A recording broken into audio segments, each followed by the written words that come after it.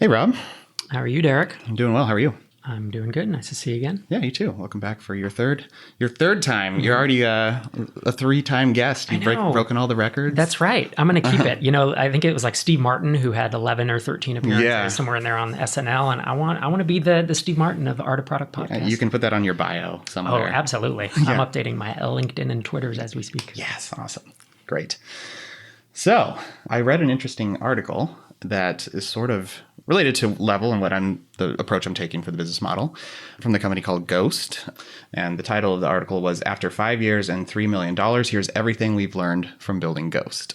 Got it. And Ghost is like Medium? Yeah, open source? It's like an open source Medium alternative. So I think it has like a similar aesthetic, and it's basically a publishing platform that is, I don't know too much about it, but I'm assuming that it's a little bit more restrictive than something like WordPress that's very general purpose. Like I think this is designed to offer the Medium experience for someone who doesn't want to buy into that platform. Got it. And they make money based on hosting. Hosting. All right. Yep. And so I find the title a little bit exaggerative. It's $3 million in total revenue since inception. Yeah. Their ARR annual run rate is just about $1 million, right? Yep. $82K a month. Which is still, for a bootstrap business, is still awesome, right? Yeah. Yeah. So some of their vital stats, they have all-time revenue, 3 million, 25,000 stars on GitHub because they're an open source project hosted on GitHub. They've had 173 releases, 512,000 sites using Ghost. That's crazy. That's super cool. Yeah. And they've got, users from Apple, Tinder, DuckDuckGo, Mozilla, Square. So a lot of corporate users. Mm-hmm. That's interesting. Which is pretty cool. And then they have Runway. Just kidding. We've been profitable since year one. So that's the cool thing, is that they're using the, open source core product and they're bootstrapped, which is, I find that pretty impressive. Mm-hmm. That's an unusual, it's really hard to make that work, as we've talked about, because you tend to need the cash up front to get it going. Mm-hmm. Or not the cash up front, but the revenue, you need to get it from customers right away directly. And I imagine, they didn't launch and get Apple, Tinder, DuckDuckGo the first day or even the first year, I bet. They probably needed a few years to get the momentum and the brand name. Yeah. So during that time, they must have been selling to smaller players. Yep. I imagine if you're super small and you have developers, you're just going to open source it and throw it on your own AWS servers, right? Or pull the open source version. Mm-hmm. So, how did they find that in between before they got the big users? Right. Well, some interesting additional properties of their businesses. They are organized as a nonprofit foundation, and their code is all licensed under MIT. So the most permissive open source licensing, and with a nonprofit way that they've structured their company, which is just fascinating. They have this kind of broken up into pieces in the article, and I pulled out a few of them that I felt were particularly relevant. And so we'll sort of cruise through some of these. So one of them is, they said, competing on convenience with centralized platforms was a mistake. So centralized platforms being like Medium, for example, where they talk about, when you're running a service like Medium and you don't have to worry about supporting people downloading the code and throwing it up on their own server, then you can easily do things like implement OAuth and single sign-on with Twitter, and you can, outsource your search of your database to some service like Algolia or whatever. And they're like, if you try to do that with open source, then your users have to, create a developer application on Twitter and set up their own, account with a search provider. It's very difficult to provide the same smooth experience to the end users who are setting up. Well, and so you either make it hard and potentially costly for someone to actually set up their own hosted version of your software, or you try to build all of that in-house when, you could outsource search very easily and just, roll that into your hosted platform. But if you have to offer search for all your open source users, then you need to set up your own Elasticsearch, I would imagine, and do all this, all this building of your own sort of plumbing. Or you just don't offer those features until, you just don't offer them. I'm not saying you would do it without search, but there's some like OAuth or some where where you just say, not going to do it. Yeah. Because it's too complicated to build it, and we don't want a external dependency. Yep.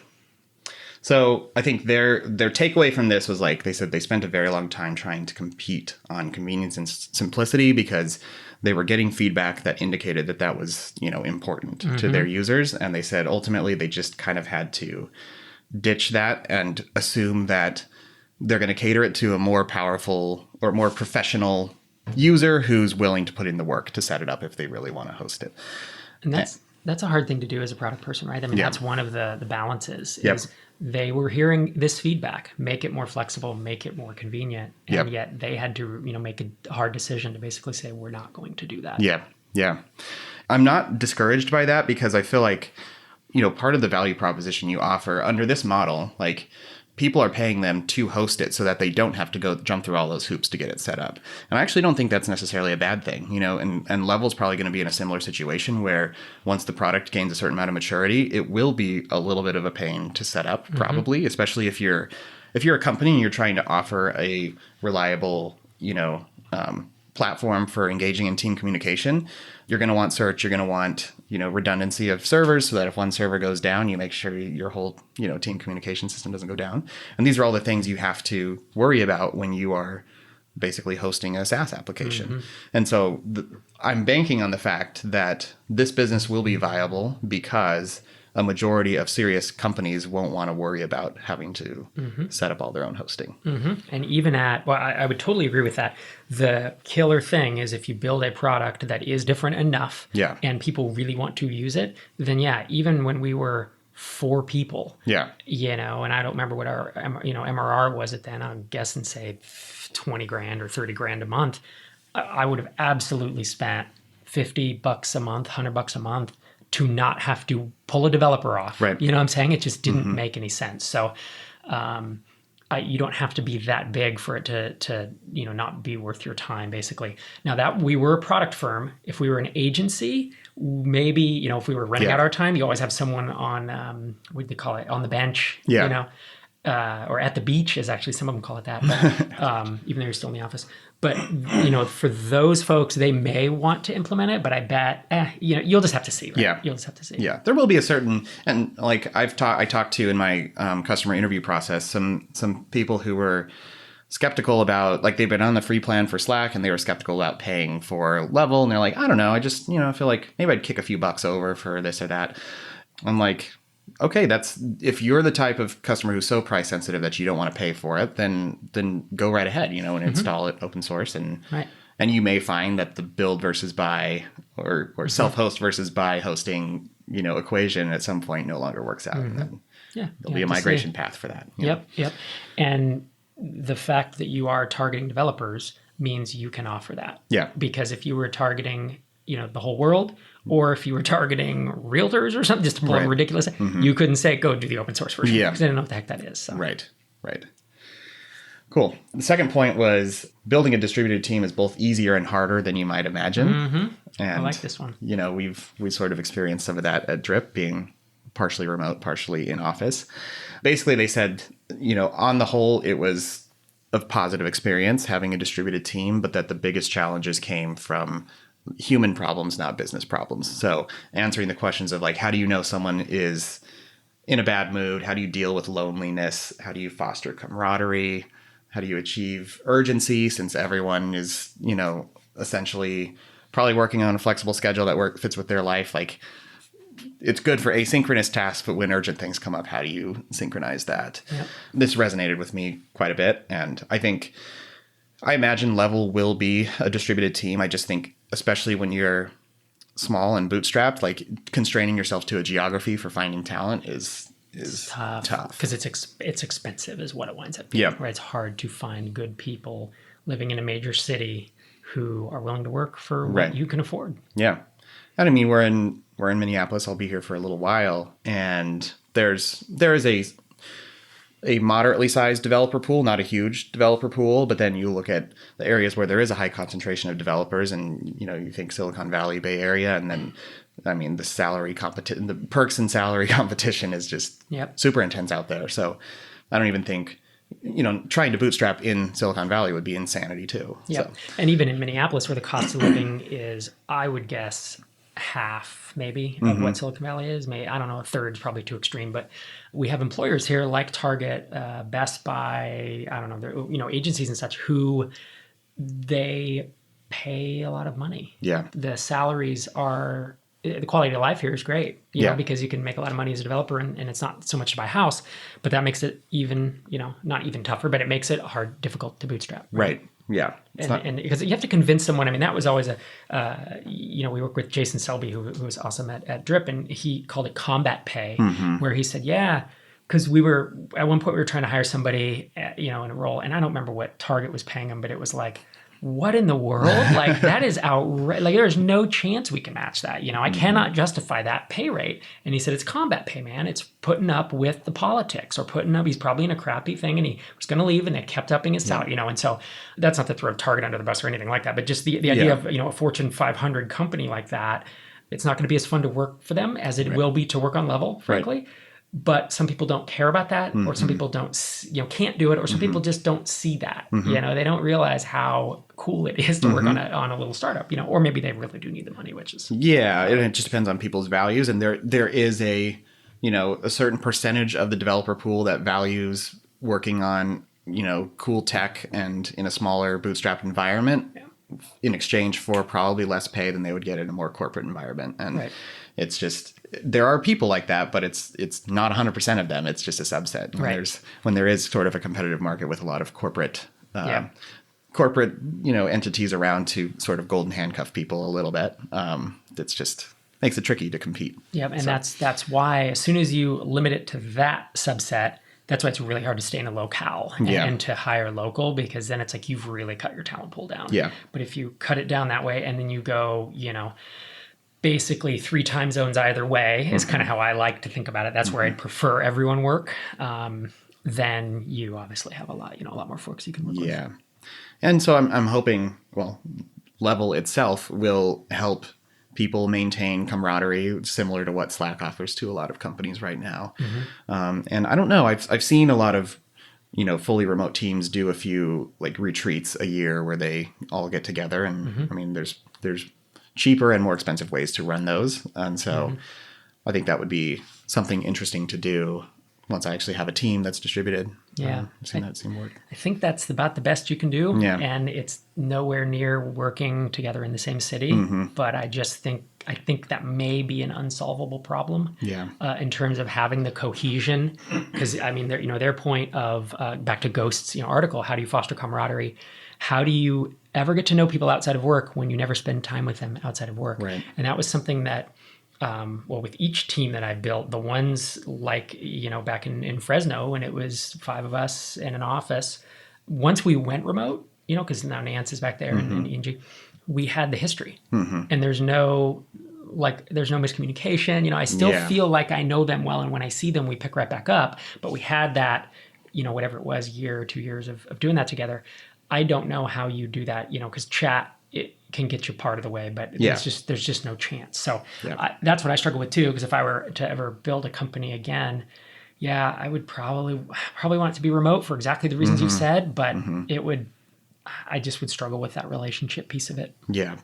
And I think we've seen kind of the challenges of having the hybrid model of partially remote, partially in person, and being fully remote does democratize the communication. If there's communication happening, it's likely to be happening in a forum where Slack, where everyone can sort of be on a level playing field. And I think it's just difficult. A lot of companies try to do it and you make your best effort, but it's just hard when you're in the same office. You're going to have conversations that people remote miss out on. So that's a challenge.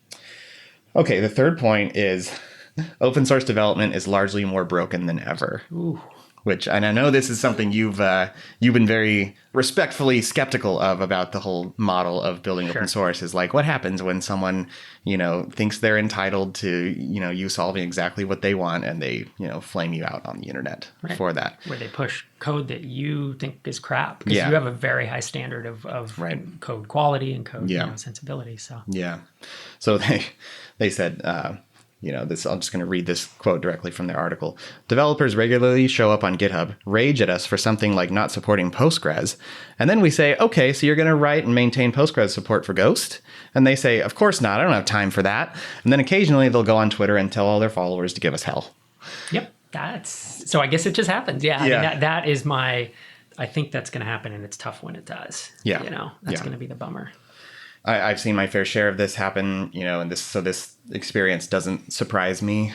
There's a few ways you can approach open source. One is to say, like, this is an open source project and this is a product of the whole community, and the community basically shares ownership of it. And so this is the model we're adopting. And then another approach I feel like is it's more of a transparency element than like this is shared ownership by the whole community. And so like I want to build Level out in the open so that people can learn from the code that we're developing, and so that there are opportunities for people to build, interesting integrations with the code base.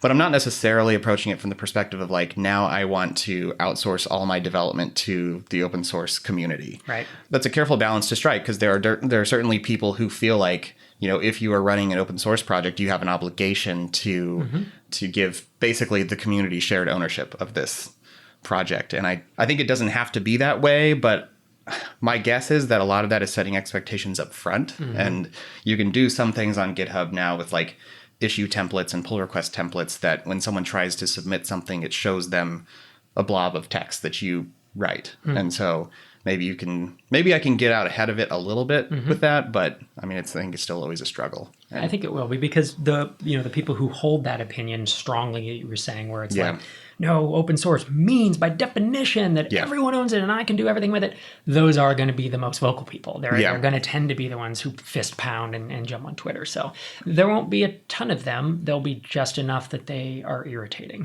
from now and again. But that'll be, I mean, with any business you start, man, it's like at one point we're launching a small app that integrated heavily with Twitter.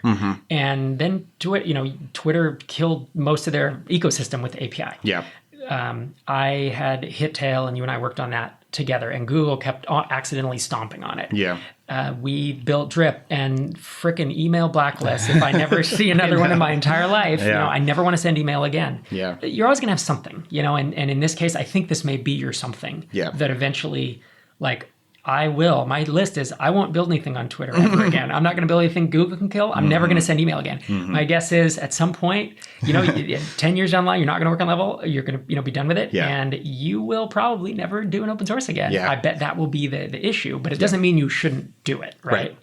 Right. Yeah. I think it's all pros and cons. And I was listening to Justin Jackson and his business partner on their Build Your SaaS podcast, talking about specifically the decision to go transparent with their revenue numbers. And they were sort of running through pros and cons of transparency. I think they hit on a lot of good things. Like, some of the obvious ones are when you do things out in the open and transparent, it's a path for your competitors to steal your ideas or just, use that information against you one way or another. The flip side is, you're providing value to a community just by sharing numbers sort of just gives other people a case study to look at and to model themselves after. And I think there's a lot of benefits to promoting Elixir and Elm and GraphQL and the technologies I've chosen for this. And, I would like to have one of the most mature code bases, like a real world example that people can borrow patterns from. And I think there's a lot to be said for just giving back to the community. And the side benefit is building trust with that community and sort of building a brand, I guess. And I think it's hard to say like branding is a strategy, but I think that really is critical. I mean, David Cancel talks about it a lot with Drift, and I think it doesn't only apply to funded startups. I think, brand basically comes down to trust. Oh yeah. Big time. And with the developer community is small. And you're talking about starting with a subset of a subset. It's like people who are interested in these technologies, right? Yeah. And at that point, brand just means it's trust, but it's like when I say Stripe or Square, you know who they are. Yeah. I don't have to say, oh yeah, it's that payments company that you can, do the POS. Oh yeah. At a certain point when you went to MicroConf, it flipped, and it was probably 2014 or 2015. People were just like, yeah, so what do you think about Drip? No one defined what Drip was. They all knew it. That was when I was like, boom, we have a brand with this group. Yeah. Right. And I do think you could, brand association can be positive when they trust you, or brand association can be negative if you screw them over, right? Yeah. So I don't. To me, it's a recognition within a group of people is how I think about it. And if you pick a small enough group of people to start with, which is what you're going to do, and everyone just starts saying level, and you don't have to say, well, what's that? Slack competitor, blah blah. But once level becomes just like a word that everybody uses, you have a small brand. Yeah. As you get bigger, Jason Lemkin, who runs SaaStr, he talks about having a mini brand, and he says you get it between $1 million. I think he said it was like when you hit $1 million or 1 to 2 million, you get what he calls a mini brand, which is just people start knowing you, even if they have never used you, even if they it's foggy as to the different, how is Drip different than MailChimp? But you said Drip in a lot of circles. I mean, I'm even thinking when I was at SaaStr, people were talking about it. It's like, I didn't realize everyone, they may not have used it. I mean, we weren't that big, but it was like, we were into 7 figures, but it wasn't like we're some tremendous thing. You start to get where everybody knows you. So I think that you have a very real potential to do that. And I think it's going to be useful for you in this community. Yeah. And I think it's one of the most,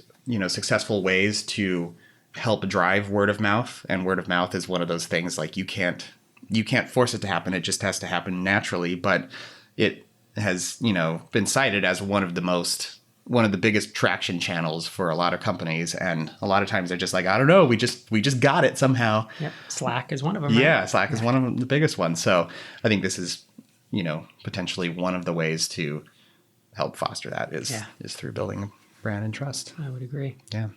So I have one other topic before we wrap. Yeah.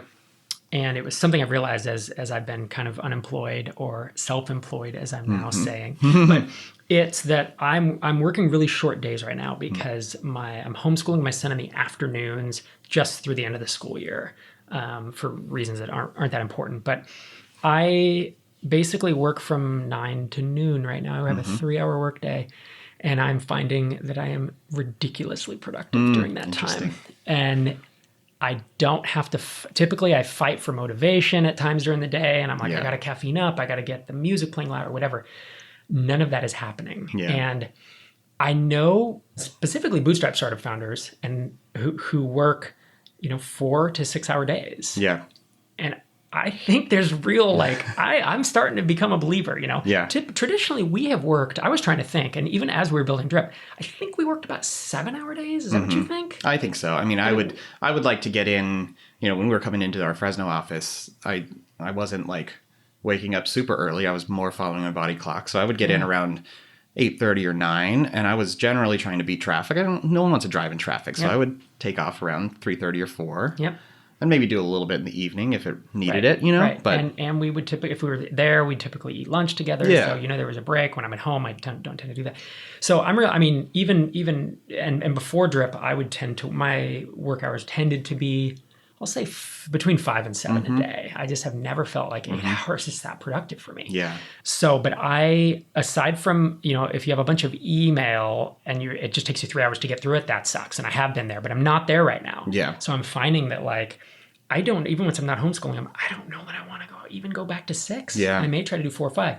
Now, one thing I'm doing a lot of writing these days, and you really can't do that for 6 hours. No, even professional writers like Stephen King or whatever, they do it in these 2 or 3 hour bursts because you just don't have any more. Yeah. Code is different. Yeah. And that's the one thing that if I was coding, I used to be able to do I would do 7 or 8 hour days, and then I would do 3 or 4 hours at night. I would be tired, but it's what I needed to do to bootstrap, right? Yeah. You have the luxury, of course, not needing to do that, but I do think you can be pretty productive for a long period of time because there's not necessarily the same.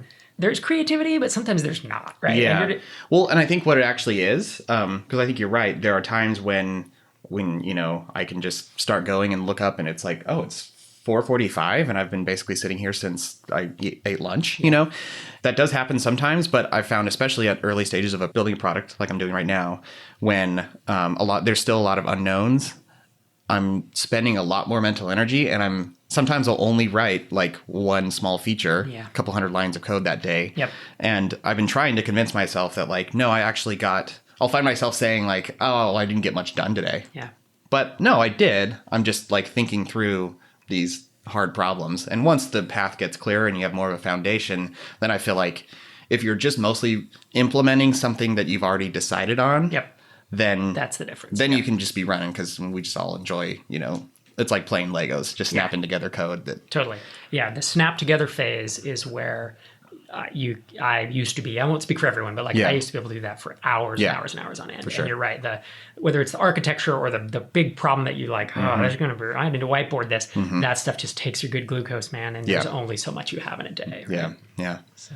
Yeah. And I think, I continue to see podcasts and articles about, the fact that the 8-hour day, forcing that is just not, you're likely having a few hours in there where you're operating at 10% or 5%. And it's, I know that 37 Signals during the summer, or I've heard during the summer, since the winters in Chicago suck so much, they do 4-day work weeks. And I was thinking to myself, I guess that's so people can go away on weekends or something, but I would much prefer, because that's 32 hours in essence. Yeah. I would much rather prefer, 6.25 hour work days, which I think, 5 of them personally. Yeah. I'd rather just have the shorter work days and work every day. But that's neither here nor there. I'm sure they have a reason for doing it. But I was kind of thinking, I wonder, maybe that's, if I were to ever do this again, would I try to do it with that and have that just be the thing that we have 6-hour work days? I don't know. Maybe it's just a dream. Right? I think that's one of those things that I would love to just do differently. I think bucking traditional, wisdom that nope, got to be at least 40 hours. I just don't, I don't buy into that. So. And it's fun being, running your own company. That's one of the things you can experiment with. I know. I'm excited. Yeah. Super fun. Yeah. Cool, man. Looking forward to the journey, man. Yeah. Well, let's wrap it. Indeed. Thanks for having me on again. Yeah, you bet. You can find the show notes for this episode at artofproductpodcast.com. And we'll see you next time. Peace out.